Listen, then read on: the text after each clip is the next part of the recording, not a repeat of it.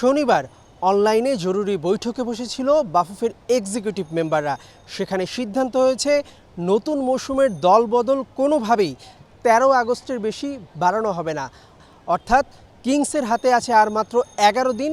এই ১১ দিনে তাদের ১১টা ট্রান্সফার ব্যান অবশ্যই ওঠাতে হবে, নতুবা তারা নতুন মৌসুমে ফুটবলেই অংশগ্রহণ করতে পারবে না। এমন দোলাচলের মধ্যেই ক্লাব ছেড়েছেন গোলরক্ষক আনিসুর রহমান জিকো।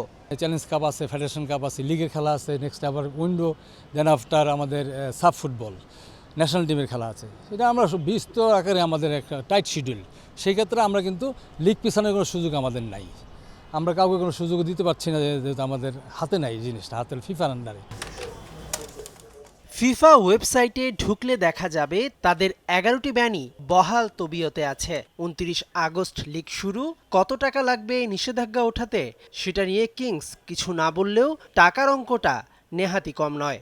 আবাহনী ৩টি ট্রান্সফার ব্যানের ২টি সরিয়েছে, বাকি একটি চলতি সপ্তাহেই সরানোর প্রতিশ্রুতি দিয়েছে। বাফুফের শনিবারের মিটিংয়ে শেষ পর্যন্ত এই দুই ক্লাব খেলতে না পারলে কি হবে সেই বিকল্প ভেবে রেখেছে। সেটা তো না উঠাতে পারে, তাহলে আমরা ওই প্রসেসে যাব। আমাদের রেলিগের টিম আছে ২টা, আর ২টা তো প্রমোশন হয়েছে। প্রমোশন হতে 8টা আছে, আর 2 টিম লাগবে আমাদের। 2 টিমের মধ্যে আমরা ফকিরাপুল আর আরামবাগকে ফার্স্ট প্রায়োরিটি দিব। সেই ক্ষেত্রে ফকিরাপুল যদি না আসতে পারে তাহলে আরামবাগও থাকবে না, ফকিরা থাকবে না। আমরা ওয়ান্ডার্সকে তখন ঢুকাই, আর আবাহনী যদি ঢুকে, আবাহনী ঢুকার সুযোগ আছে। আবাহনী যদি ঢুকে তাহলে 9 টিম, 1 টিম লাগবে, তখন আমরা ফকিরাপুলে দিব, দিব আমরা তখন ফকিরাপুল না দিয়ে আমরা ওয়ান্ডার্সে দিব।